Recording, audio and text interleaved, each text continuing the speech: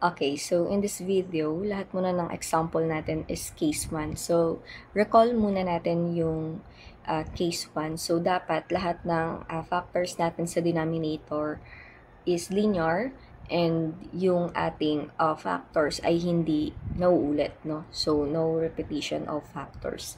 So, dito, ang uunahin natin is titingnan muna natin kung siya ay proper or improper fractions or improper rational fractions. So, titignan natin is mas mataas yung degree ng numerator kaysa sa denominator, which is obviously mas mataas yung nasa numerator kaysa sa denominator. That's why, ipaperform muna natin yung long division bago tayo mag-partial fractions. So, kailangan muna natin siyang i-reduce, no? Okay, using long division. So, yun yung first step muna before mag-partial. Okay?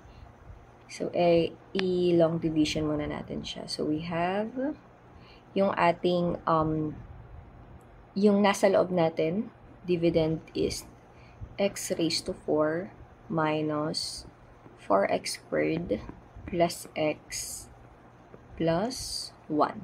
And yung nasa labas, that is x squared minus 4. So, uunahin ulit natin yung first term, x raised to 4, tsaka yung x squared.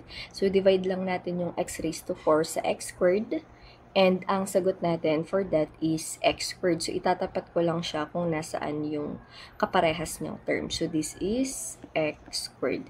Then, after that, ita-times ko naman siya, or imumultiply ko siya doon sa buong divisor natin. So, that is x squared times x squared minus 4. So, we have x raised to 4 minus 4x squared.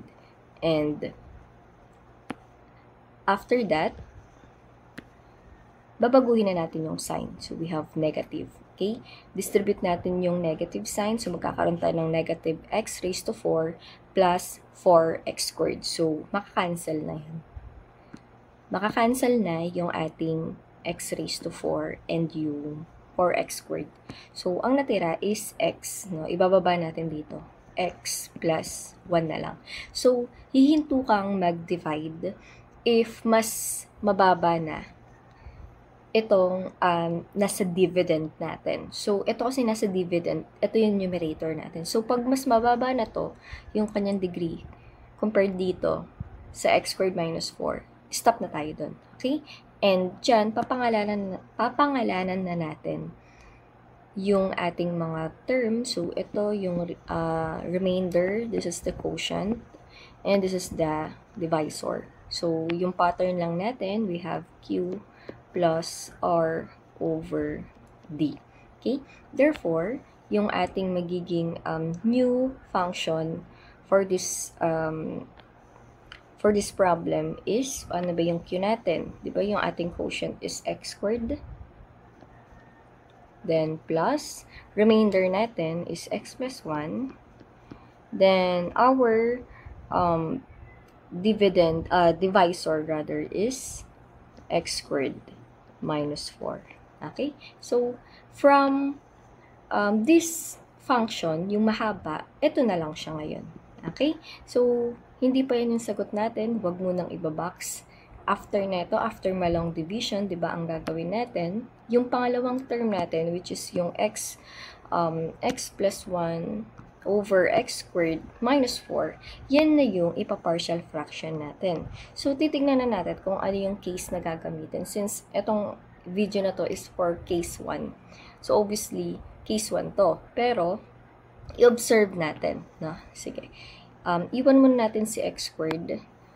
Then, i-deal natin dito sa part na to, si x plus 1. So, i-rewrite ko lang siya. So, we have x plus 1 over x squared minus 4. Okay. So, ito yung ating kukunan ng partial fraction. Okay. So, again, baka kasi isipin nyo na this is x squared minus 4.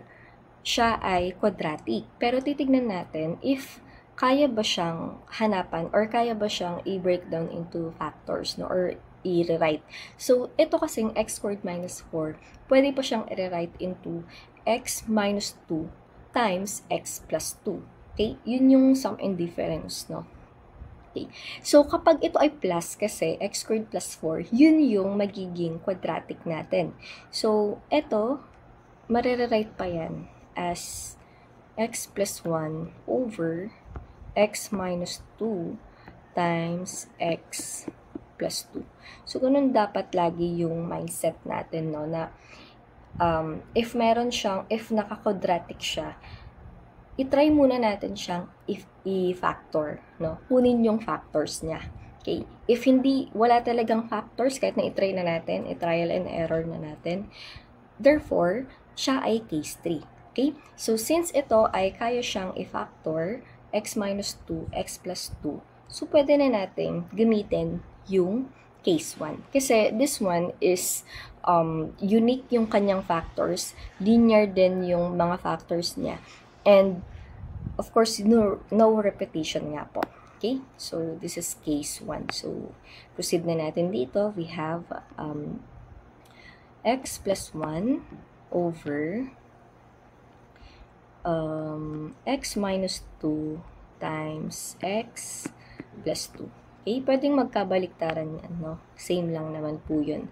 Then, i-rewrite na natin yung ating mga partial fraction. Ilagay na natin. So, this is x minus 2, x plus 2. Then, this is a and b. So, ang goal natin dito is to find a and b. Okay? Using what? Using takip method ulit. So, let's choose x minus 2. So, iyan yung tatakpan natin. Tinakpan natin yung x minus 2. Pag tinakpan, ang tira is x plus 1 over x plus 2. So, sulat na natin siya. That is for our a. So, we have x is equals to 2. A is equals to x plus 1 over x plus 2. So, ang magiging sagot natin dito, kasi ito, yung x minus 2, kinuhanan natin ng value. So, isa-substitute na natin siya. That is 2 plus 1 over 2 plus 2. So, ang a natin is 3 over 4. Okay? 3/4 yung a natin. Okay? How about b? So, si b naman, we have x plus 2. So, siya yung tatakpan natin. Pag tinakpan natin yung x plus 2, ang natira is x plus 1 over x minus 2. And then, kunin muna natin yung value niya. And the value of x is equals to negative 2 naman. So, this is for our b. Okay, so lang natin saglit. Okay. So, for our b, we have x plus 1 over x minus 2. So, substitute lang natin. We have negative 2 plus 1 over negative 2 minus 2. So, ang b natin is positive 1/4. Kasi negative 1 yung nasa numerator, negative 4 naman. So, that is positive 1/4. Okay? Now, ito, ilalagay na natin, isa-substitute na natin doon sa ating partial fraction kanina. So, magkakaroon tayo ng a. Yung a natin, no, we have 3/4 over x minus 2. That is the corresponding factor. Okay? And for b naman, we have positive 1/4 over x plus 2. Okay? So, yan pa lang yung ating factor. Baka i-box mo na yan. So, ito, i-write lang natin siya para aesthetic. So, this is 3 over 4 x minus 2. So, if nalilito ka kung paano nangyari to, aralin po natin yung mga basic math po natin. So, this is, pag binaba yung 1/4, magiging 1 over 4 x plus 2.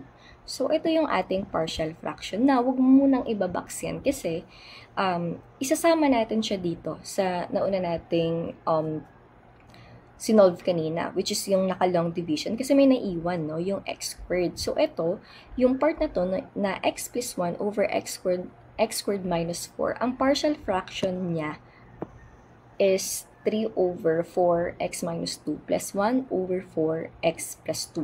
So, ang i-integrate natin is tatlong term na. Okay? So, i-rewrite ko lang siya. Ito na yung i-integrate natin. So, this is integral of x squared. Saan galing yung x squared? Diba yan yung long division kanina? Then, saan galing naman yung partial fraction? Dito lang po. Okay? Yung ating r over d. So, magkakaroon ka ng 3 over 4 times x minus 2 plus 1 over 4 times x plus 2. Okay? Then, this is dx. Now, ano ba yung ginagawa natin kapag dalawa or tatlo na yung term? Diba, dinidistribute po natin yung integral sign. So, magkakaroon ka dyan ng integral of x squared plus integral of, okay, sorry, lagyan natin ng dx. X squared, integral of x squared dx plus integral of 3 over 4 x minus 2 dx plus integral of 1 over 4 x plus 2 dx. Okay? Then, i-factor out lang natin lahat ng constant just like yung ginagawa natin lagi. So, this is integral of x squared dx kasi wala nang maka-factor dyan. This one naman, ilabas natin si 3/4. So, pag nilabas si 3/4, ang matitira ay 1 over x minus 2. So, that is 3 over 4 integral of 1 over x minus 2 dx. Yung kabila naman, ang constant ay 1/4. Ang tira pa rin doon sa loob ay 1 over x plus 2 dx. So, okay, so integrate natin siya term by term. Unahin natin yung first term. So, sa first term, this is just power rule. And yung second term and the third term is u substitution. So, pwede nyo na siyang i-direkta yung u sub. So, lagay lang natin dito u is equals to x minus 2. Kasi yung du lang naman dito is dx. Pero kapag may value siya like 2x minus 2, kailangan yung hanapin yung value ng dx mismo. So, we have u is equals to x plus 2. So, i-write lang natin. We have x squared dx plus 3 over 4 integral of 1 over u du. Kasi this is du is equals to dx lang. Hindi ko na sinulat. Then, this one is 1 over 4 integral of 1 over u du. Okay? Then, tsaka natin siya integrate isa-isa. Ito, yung first term natin, x squared plus 1 lang yan. So, this is x raised to 3 over 3 plus 3/4. Yung 1 over u is ln. So, we have 3 ln u over 4. Then, plus ln u over 4 din. Then, plus c. So, palitan lang natin yung u. We have x cubed over 3 plus 3 ln x minus 2 over 4 plus ln x plus 2. So, usin ko lang ln x plus 2 over 4. Then, this is plus c. So, this is our final answer. Ito yan. Okay. So, tatlong term siya. So, yung answer natin, integral of x raised to 4 minus 4x squared plus x plus 1 over x squared minus 4 is ito. So, nakaano tayo, no? Dalawang method. Ni-long division muna natin, then tsaka natin in-applyan ng partial fraction. Okay? Now, let's proceed to number 2. Okay? So, dito sa number 2, tignan ulit natin kung linear ba lahat. Base sa ating problem, this is 2x minus 3, then x minus 1. So, ang highest degree is 1, therefore this is linear. Tsaka natin titignan, may repetition ba? So, wala namang repetition. And itong denominator natin is yan na mismo yung pinaka-simplified na yan na form ng factor. Okay, so yan na mismo yun. Ibig sabihin, case 1 to. So, kunin natin dito sa part na to, yung partial fraction ng 2x minus 3 tsaka x minus 1. Kunin natin yung partial fraction ng problem na to. So, gamit tayo case 1.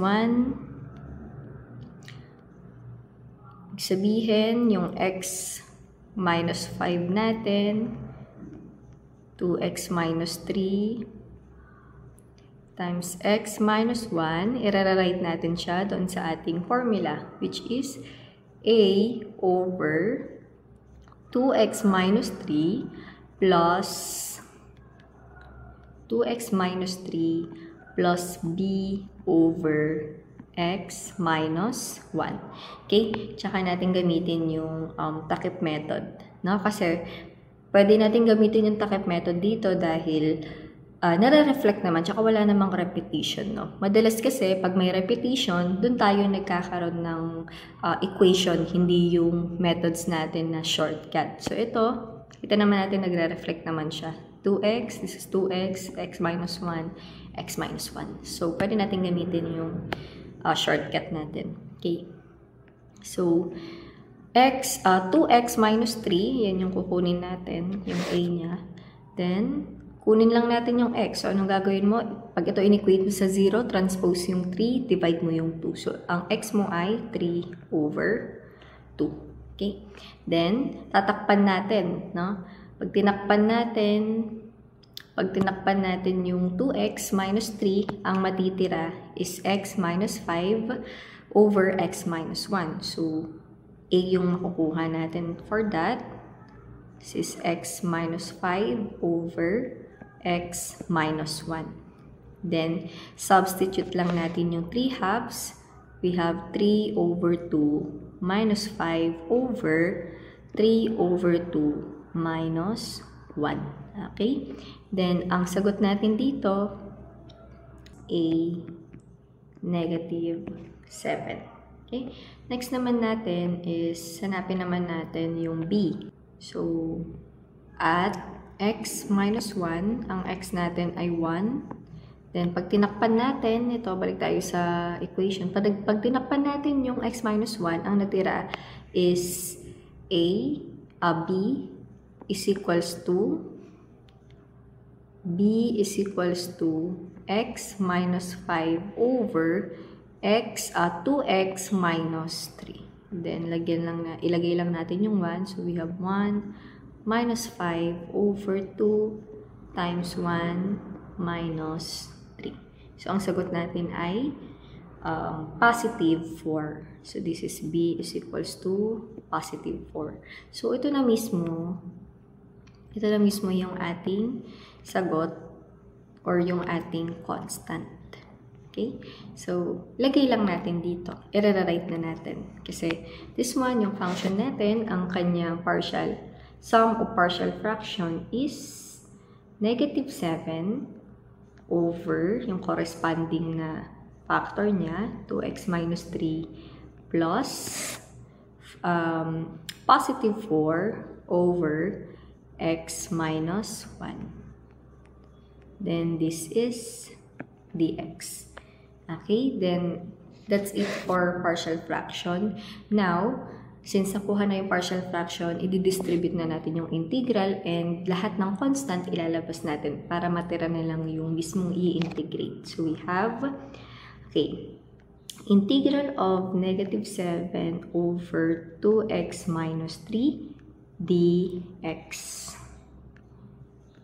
Then, plus integral of 4 over x minus 1 dx. Factor out the constant. Again, Be careful dito sa constant ng negative 7. Baka kasi ang ilabas ninyo is negative 7 over 2. Tapos iwanan nyo si x minus 3. Tatandaan, si 2x minus 3 ay magkasama. Depende na lang kung pwede siyang i-factor out. So dito, wag po natin gagawin yun, no? Ang ilalabas lang natin dito is yung negative 7. So ang matitira sa function natin, zoom ko lang, this is negative 7 integral of 1 over 2x minus 3 dx. Okay? Dito naman, ang maiiwan dun sa loob ay 1 over x minus 1 dx. Then that's it, no? Pwede na natin siyang i-integrate term by term. So, makikita natin dito, the integral of 1 over 2x minus 3 dx is just using u substitution. So, dito, pwede nyo siyang i-direct na lang if marunong naman na. So, this is 2x. Therefore, our du is 2 dx. So, now our dx is du over 2. And ito naman, this is just x minus 1, therefore our du is dx. Then our dx is du. So, substitute lang natin. We have negative 7 integral of 1 over u du over 2 plus 4 integral of 1 over u du. Then, of course, yung mga natitirang constant doon sa loob, pwede na nating ilabas. So, si negative 7, may kasama na siya. Kasama niya na si 1/2. So, this is 7 over 2. Ang integral po, no, ng 1 over u is ln u. Then, plus 4 ln u plus c. Then, yung corresponding u nila. So, this is negative 7. This is negative 7 ln 2x minus 3 over 2 plus 4 ln x minus 1 plus c. So, this is our final answer for number 2.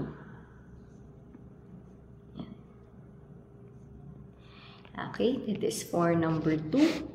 So, next naman natin, number 3. So, medyo madali yung number 2 natin. No? Okay, how about number 3?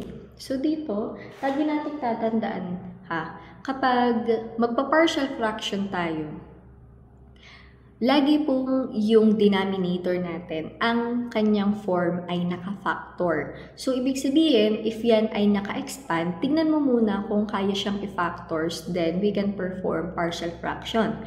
But, if hindi talaga siya kayang i-factor pa, tapos naka-quadratic siya, di ba we can use case 3 and case 4. Let's find the factor of x squared minus 3x plus 2. So, itatry natin siyang i-factor. Pwede nyo gawin dito yung mano-mano, no?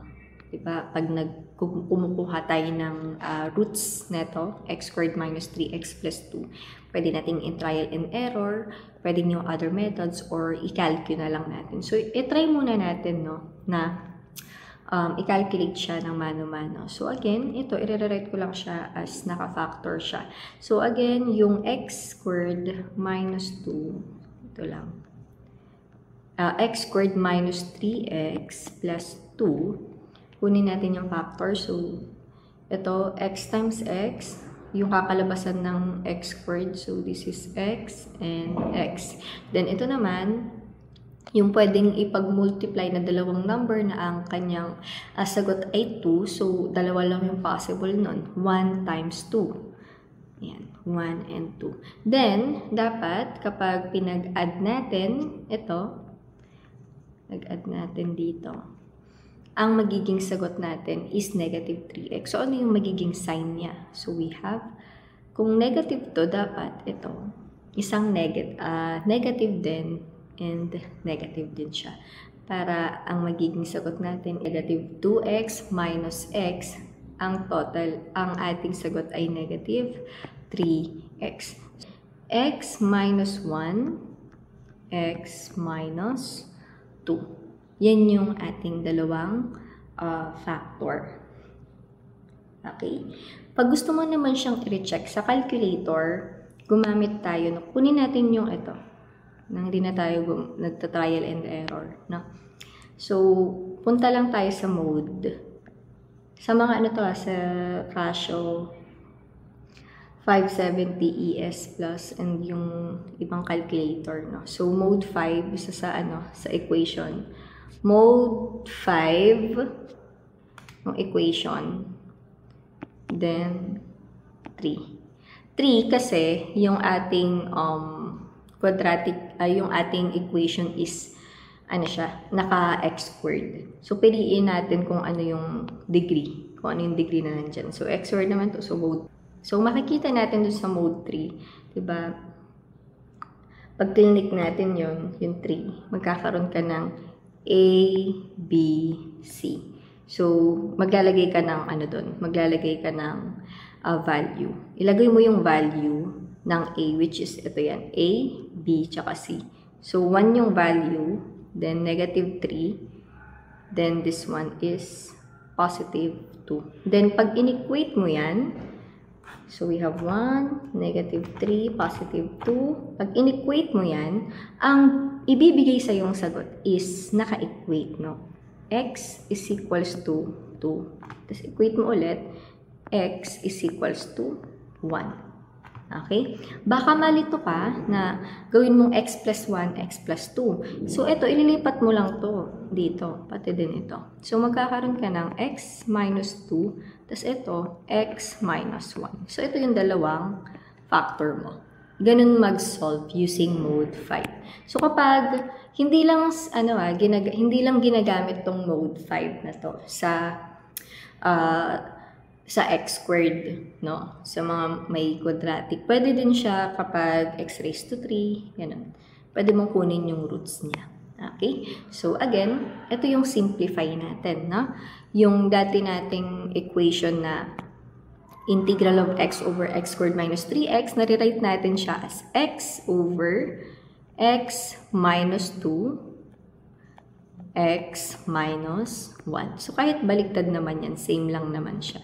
Okay. So, kung titignan kasi natin to, para siyang case 3, pero hindi po siya case 3.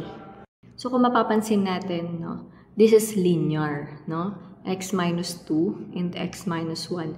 Yung highest degree ay 1 and no repetition. So, this is linear. So, ganun lang gagawin natin. Paghihiwalayin lang natin yung ating denominator.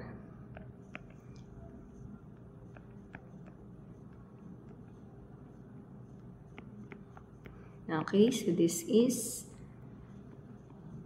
x minus 2 plus x minus 1. This is A, this is B. Okay? So, pwedeng takip method kasi wala namang nauulit. So, this is x minus 2. X is equals to 2. Then, takip method, takpan si x minus 2 para makuha si A. We have x over x minus 1. So, meron tayong 2 over 2 minus 1. So, ang A natin dito is positive 2. Next naman is kunin naman natin si B. So, we have x is equals to 1. B is equals to, takip method dito, yung x minus 1. So, we have x over x minus 2. So, this is 1 over 1 minus 2. Ang sagot natin for B is negative 1. Okay? So, ibig sabihin, ito na yung dalawang constant natin. So, i-rewrite na lang natin siya para ma-proceed na natin siya for integration. Ang magiging integral natin is 2 over x minus 2 plus negative 1. So, ito, magiging negative na din siya. Negative 1 over x minus 1 dx. Okay? Then, distribute the integral sign. So, we have 2x minus 2 dx minus 1 over x minus 1 dx. So, ito, lipat lang natin yung constant. 2 times 1 over x minus 2 dx minus integral of 1 over x minus 1 dx. Then, di ba, let u lang natin siya, x minus 2. Then, u is x minus 1. Parehas naman silang dx is equals to du. Okay? Then, tsaka natin palitan. We have 2, 1 over u du minus 1 over u du. So, we have ln. Okay? So, this is 2 ln u minus ln u plus c. Tsaka natin isolve, tsaka natin siya i-substitute. We have 2 ln x minus 2 minus ln x minus 1 plus c. So, this is our final answer. Yan.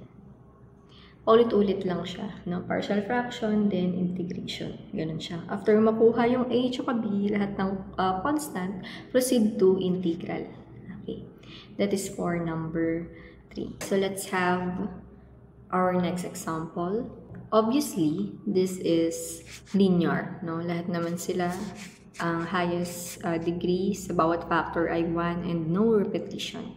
So, pwede na natin tong i-break down, no?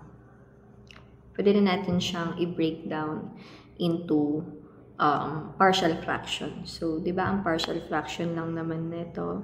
This is just, sulat ko na lang dito. We have a over x minus 1 plus b over x minus x plus 1, then c over x plus 2. Okay? Then, lahat sila pwede nating gamitan ng takip method. So, si x minus 1 muna, pag tinakpan natin, yung a natin, so dito, for x minus 1, ang tatakpan natin is, ito, x minus 1. Ang natira is x squared plus 9x. So, that is for our a. We have x squared plus 9x plus 2 divided by yung natira, x plus 1, then x plus 2. Then, substitute natin si 1. Kasi ito, yung x natin dito is positive 1. So, we have 1 squared plus 9 times 1 plus 2 over 1 plus 1, 1 plus 2. Okay. So, kunin natin yung value ni a. So, ang sagot natin dito is positive 2. Okay? So, that is for a. Next naman natin is hanapin naman natin si b. Okay. So, that is x plus 1. So, ang x natin dito equal to negative 1. Then, pag tinakpan natin yung x plus 1, ang matitira sa atin is x squared plus 9x plus 2. Susulat lang natin. That is for b. X squared plus 9x plus 2. Divide natin sa kung ano yung natira kanina. That is x minus 1, tsaka yung isa na x plus 2. Tsaka natin substitute yung negative 1. So, we have negative 1 squared plus 9 times negative 1 plus 2 divided by negative 1 minus 1, negative 1 plus 2. So, ano yung value natin? We have positive 3. Okay? And next naman natin is for x plus 2. So, kapag tinakpan natin si x plus 2, ang matatanggal for siya, ang matitira is yung x minus 1, then x plus 1. So, ganun ulit. Kay x plus 2, ang x natin ay negative 2. So, that is for C. Kopyahin ulit natin yung numerator, that is x squared plus 9x plus 2, i-divide natin sa x minus 1, x plus 1. Tsaka natin isa-substitute yung negative 2, that is negative 2 squared plus 9 times negative 2 plus 2, i-divide natin sa negative 2 minus 1 times negative 2 plus 1. So, yung C natin dito is negative 4. Yan. This is negative 2 squared, 9 times negative 2 plus 2, negative 2 minus 1 times negative 2 plus 2. That is negative 4. So, ito na yung tatlong constant natin. Positive 2, positive 3, and negative 4. So, isusulat na natin siya. I-write na natin siya sa expression na 2 over x minus 1 plus 3 over x plus 1 minus 4 over x plus 2 dx. Tsaka natin isa-isahin. No? This is integral of 2x minus 1 dx plus 3 over x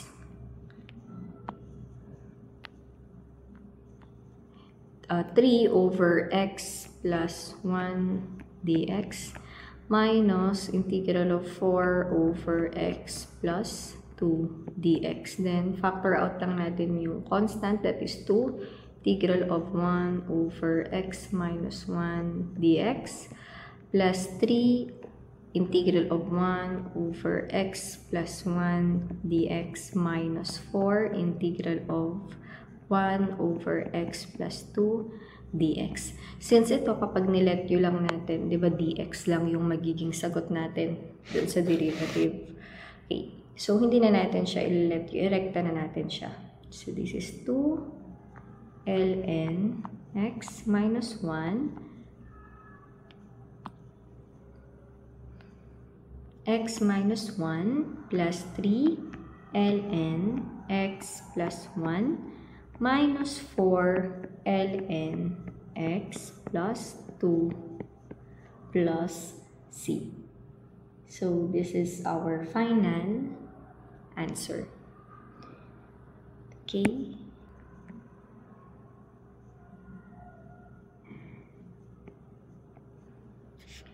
Okay. That is our final answer. Next is number 5.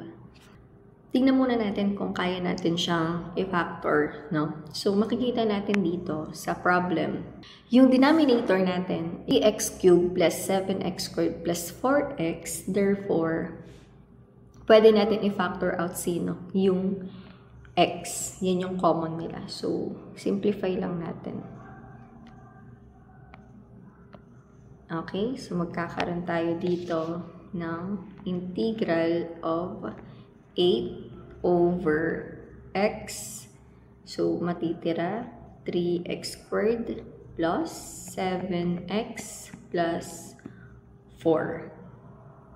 Okay, so ibig sabihin ito yung isa sa factor niya, x is equals to 0. Okay, how about ito, yung natira? Paano natin yan i-factor? So, ito ay quadratic na.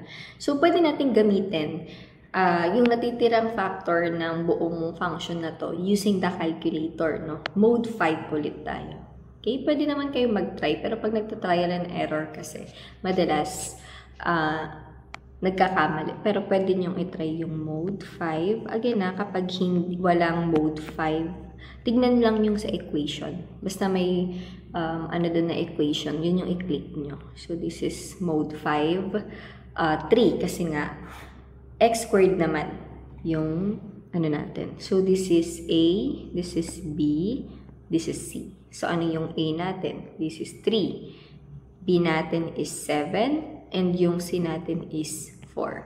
So, i-type lang yan, then equate natin. Pag in-equate natin yan, we have 3, we have 7, and 4.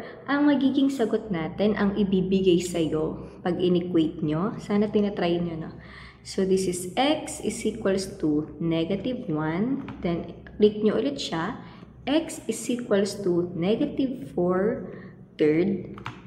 Okay, that's it. Yan yung kanyang roots. So, ito, pwede natin kunin, no? Diba, ito transpose lang natin. We have x plus 1. So, ito yung kasama ni x mamaya, si x plus 1. Pero, tatandaan nyo this one, wag natin siyang gawing x minus, x plus 4/3. Okay? Para hindi tayo mahirapan mamaya, no? Pag nilagay natin siya, pag nilagay po natin siya doon sa ating denominator, ito po kasi, pwede natin i-times yung 3 saan? Kay x. Okay? Tapos, itong -4, ita-transpose mo siya. Ganon. So, ito, yung ating x, times natin kay 3, si 3 kay x, so magkakaroon tayo ng 3x. Tama? Then, yung -4, ito, ita-transpose natin siya sa kabila. So, magiging positive 4. So, yung isa po sa ating factor is 3x plus 4. Ganun lagi ito. Kunyari, meron kang x is equals to 1/2. So, ito, ang ating roots, ang isa sa roots natin, or factor natin pala, ang isa sa factor natin is 2x minus 1. Ganon siya. Okay. Kasi pag naka-fraction siya, parang hindi aesthetic tignan yung ating factors. So, hindi siya dalawa lang ha, tatlo siya. Sino yung isa? Andito na siya, si x. So, ibig sabihin, ito, nare-write natin siya into what? Nare-write pa natin to into 8 over x times 3x plus 4 times x plus 1. Yan yung ating tatlong factors. So, yan lang yun, no? So, ito na yung ating bagong question. Diyan tayo magbe-base, no? Diyan na tayo magpa-partial fraction. So, paano? Ano yung ating case na gagamitin? So, again, makikita ulit natin dito na sa loob po ng ating factors is linear sila and wala namang nauulit. So, therefore, ang gagamitin nating method is case 1. Susulat na natin yung mga partial fraction natin. So, this is x plus 3x plus 4 plus x plus 1. So, this is A, B, C. Okay? Then, tsaka natin kunin, no, yung ating A. So, ang A natin, x is equals to 0. So, wala naman tayong itatranspose dyan. X is equals to 0 yan. Okay. So, takpan natin yung x. Ang natira is, for A, ang natira ay 8 over 3x plus 4 times x plus 1. So, lagyan lang natin. We have 8 over 3 times 0 plus 4, then 0 plus 1. So, ang A natin dito is positive 2. Yan. Next naman natin na kunin is yung 3x, yung B, na. So, that is 3x plus 4. Ito, yung x lang natin dito, di ba, equate natin sa 0. So, this is negative 4 over 3. So, yung kanina lang. Yan. So, we have B is equals to 8. Pag tinakpan natin yung 3x plus 4, ang matitira ay x times x plus 1. So, lagay natin yung ating x. So, we have 8 over negative 4/3 times negative 4/3 plus 1. So, ano yung magiging value ng b natin? Negative 4/3 times negative 4/3 plus 1. This is positive 18. Okay? That is for b. Now, let's find naman yung last natin, which is c. So, x plus 1 naman siya. So, dito ko nilalagay, this is x plus 1. Ang x natin ay negative 1. Okay? So, ang mga natira for c is, of course, 8 over yung x, tapos yung 3x plus 4. Tsaka natin i-substitute yung negative 1. So, we have 8 over negative 1 times 3 times negative 1 plus 4. So, ang sagot natin for that is negative 8. Okay? So, ibig sabihin, ito na yung tatlong constant natin. C, negative 8, 18, and yung una is positive 2.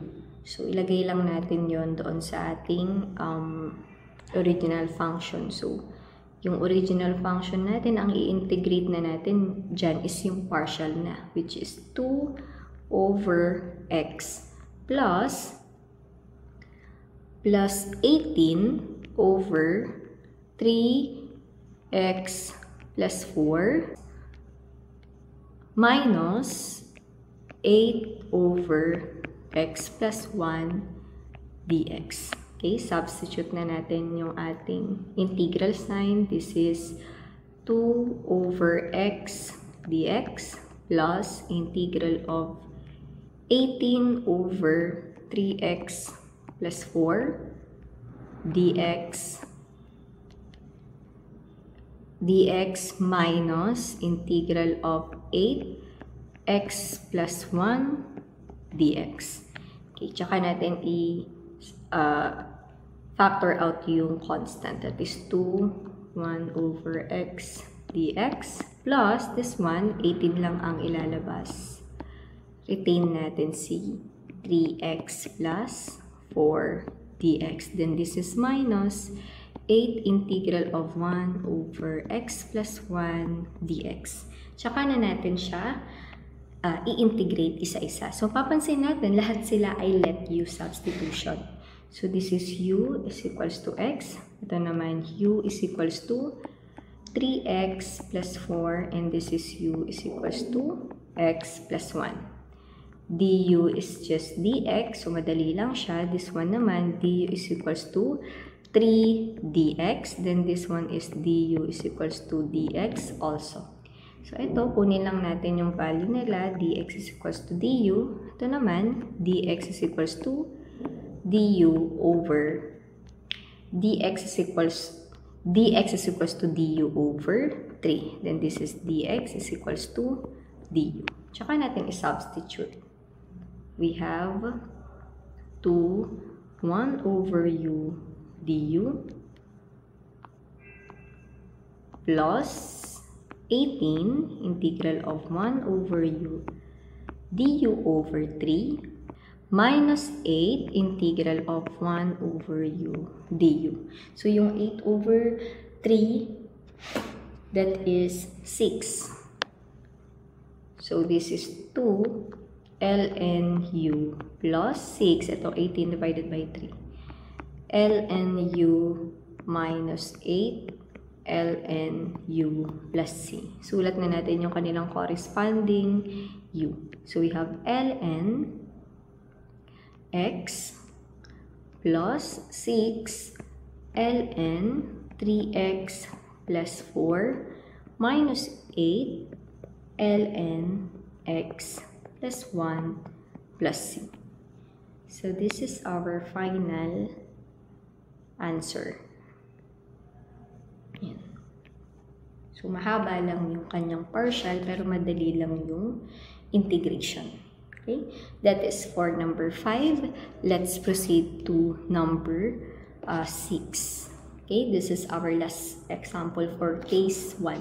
So, sa number 6, papansin natin, no, kapag ganitong itsura, baka ilong division nyo. Huwag nyo ilong division kasi mas mataas yung numerator, mas mataas yung denominator compared sa numerator. Therefore, ang titignan mo muna dyan is kaya ba siyang i-factor or irreducible ba yung ating denominator. So, para matry mo yon, no, pwede kang ulit gumamit ng mode 5 kasi ito, wala ka namang i-factor out na x dyan kasi dito lang sa tatlo may x, din sa dulo constant na. So, ang gagawin mo ulit dito is ganun pa rin, no? Mode 5 ulit para makuha mo kung ano yung factor ng nasa denominator. So, ang gagamitin natin dito is mode 5. Mode 5, pero hindi na siya 3. Siya ay 4 na. Kasi kung papansin nyo dun sa 4, ax cubed plus bx squared plus cx plus d is equals to 0 yung ginamit. So, therefore, meron tayo, pag clinic natin yun, magkakaroon tayo ng a, b, and c. Tsaka d. Yan. I-ano nyo lang, i-click nyo lang yung calculator. Okay, so we have A, B, C, tsaka D. Lagay mo lang, no, from highest to lowest yan. So, yung x cube natin, ang kanyang numerical coefficient ay 1. This is negative 6. This is 11. And this is also negative 6. So, lagay lang natin, negative 6. Ang lumabas na value ng x mo ay positive 1. This is 1. Then, ang next na lumabas ay positive 3. Tsaka, positive 2. Yun na yun, no? Therefore, ang factor natin, pag nilipat natin yung 1, 3, and 2 sa kabilang side, x minus 1, x minus 3, and x minus 2. So, ito yung ating factors. Okay? So, sulat na natin siya. I-write lang natin. We have integral of 9x squared minus 3x plus 25 over x minus 1, x minus 3, and x minus 2 dx. And kung mapapansin natin, yung ating function is binigyan tayo ng case 1. Lahat linear, no repetition. So, takip method lang siya. A over x minus 1 plus b over x minus 3 plus c over x minus 2. So, kunin natin si A. Okay. So, dito tayo kay x minus 1, no? Kunin natin yung value ni x minus 1. That is, x is equals to 1. Pag tinakpan natin, ang mawawala is x minus 1. Tsaka natin kunin yung mga matitira. That is 4a. So, we have 9x squared plus 9x squared minus 32. This is 32. Okay, 9x squared minus 32x plus 25. Divide natin dun sa mga remaining na denominator, x minus 3 times x minus 2. Okay, tsaka natin siya i-substitute yung 1. So, this is 9 times 1 squared minus 32 times 1 plus 25 over 1 minus 3 times 1 minus 2. So, ang A natin dito is positive 1. Next naman natin is for B, no? Kunin natin yung B, which is ito yun, x minus 3. Kunin lang natin si x is equals to 3. Then, takpan natin yung x minus 3 ay ano yung natira, yun yung kokopyahin.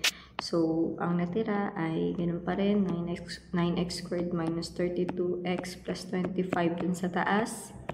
Sa baba naman, ang natira is x minus 1, x minus 2.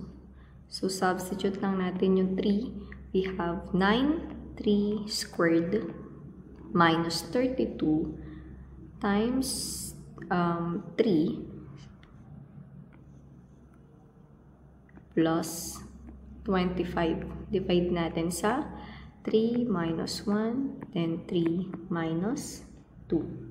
So, we have 9, 3 squared minus 32 times 3 plus 25 over 3 minus 1 times 3 minus 2. Value ng b natin is positive 5. Okay? That is for b.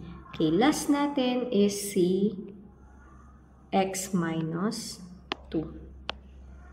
So, last natin si x minus 2. X minus 2, ang value natin is x is equals to 2 para makuha natin si c. Ganun pa rin yung nasa taas, 9x squared minus 32x plus 25. Divide natin siya sa x minus 1 times x minus 3. Kasi ito yung mga tira kanina. Okay, then tsaka natin i-substitute. Tsaka natin i-substitute yung 2. So, that is 9 times 2 squared minus 32 times 2 plus 25. Then, divide natin siya sa 2 minus 1 times 2 minus 3. Ang sagot natin for 9, 2 squared minus 32 times 2 plus 25 over 2 minus 1 times 2 minus 3. Ang sagot for C is positive 3. Ano po yung ating mga constant? So, baka i-box muna, tumigil ka na dyan. Hindi pa po yan yung ating sagot, no? I-integral pa natin siya. From mahabang rational fraction, naging, okay, yun yung A natin, 1. Tapos, ano yung denominator niya? X minus 1. Plus, ano yung pangalawang ano natin?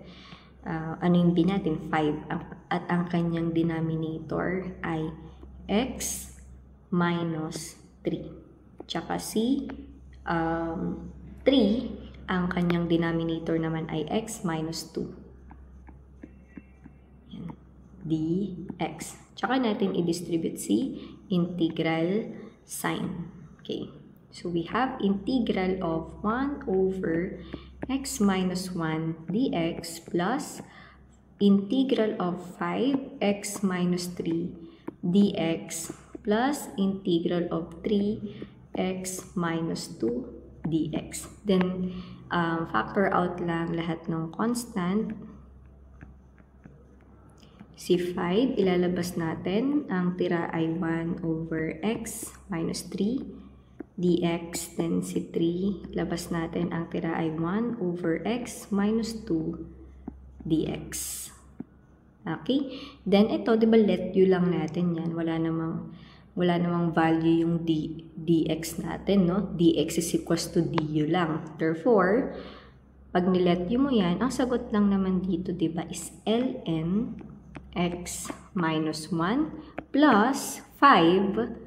Tas ang sagot dito ay ln x minus 3 plus 3 ln x minus 2. Para hindi na natin siya isusulat ng isusulat. So, this is our final answer for the last example ng case 1.